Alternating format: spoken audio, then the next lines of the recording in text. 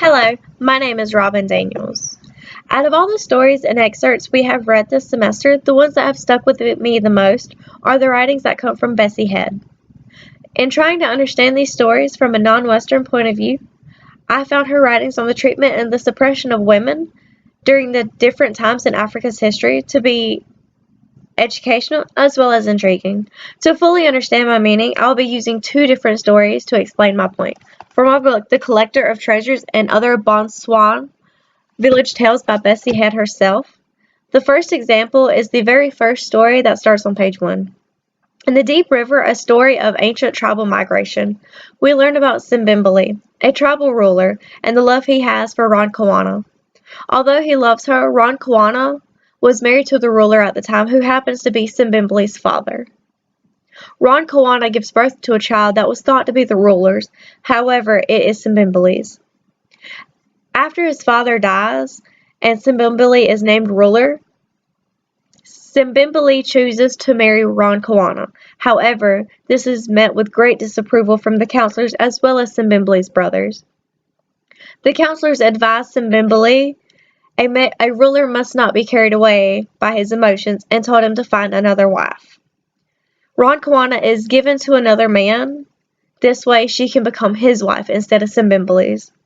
This makes Simbimbili choose between his kingdom and his love. Simbimbili chooses to be with Roncawana. He, Roncawana, their child, along with fellow villagers, move to establish a new home. The treatment of women in the Deep River is as though they are second-class citizens or objects that can be traded or done away with at any moment. When it was thought that Simbimbili was going to choose to rule over Roncawana, she was sent away and remarried to another man. Roncawana has no dialogue throughout the story, and Simbimbili spoke for them both numerous times. What kind of representation is this of South African women? Even though Simbimbili loved Roncawana, he still spoke for her. He still, in some way, treated Roncawana as though she could not speak for herself, as though she were second class. This representation may be Bessie Head's way of showing that even though some South African women were loved or even had a small voice, they are still dominated by men in their village because men were seen as alphas or the leaders of their family and tribes. On page 7, the second story comes to mind. Heaven is not closed. Geldebej is a Christian and is very well respected in her village. This includes the tribal elders. Geldebej wishes to marry Reloke. The two are very much in love. However, Reloke is not Christian and still practices Setswana custom. Geldebej spoke to the missionary about marrying Reloke. Bessie Head writes he stared at her with polite and professional interest. She was a complete non-entity, a part of the vague black blur, which was his congregation. Oh, they noticed chiefs and people like that, but not the silent mass of humble and lowly who had an almost weird capacity to creep quality through life. This was the missionary's view of Geldebej. He didn't really notice her until she came to speak to him about Reloke's beliefs.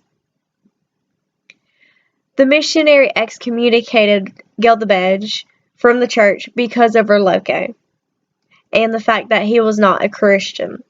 This deeply hurts Geldebej, as she has a very deep faith with God. The missionary, in trying to hurt Reloke, hurts Geldebej more. The people of the town are upset because they are happy with Geldebej and they respect her. Because the missionary excommunicates her, the village decides that since she is not able to go to church, they will no longer attend either. This is very different from the treatment shown to Roncawana in the first story. Geldebej is treated with more respect and is seen as someone with a voice rather than an object. Roncawana is treated unequal to men. She does not speak and did not hold a position of importance. She was remarried on a whim just to satisfy counselors and Simbimbili's brothers. Simbibli chose her over everything. To him, she is what mattered. With Geldebej and Raloke still loved Geldebej through everything. He let her practice her Christian faiths and customs in their home for the rest of their lives. The only person that mistreated Geldebej was the missionary. And instead of counselors and would-be rulers disrespecting a woman, it came from one man who had a misguided view of women and the people of the village. The common theme between these stories, besides the treatment of women, is the love the men had for them. To me, I think Bessie's Head writings show a political undertone about the need for equality and the treatment of women in African societies, drawing upon the vast history of Africa to do so.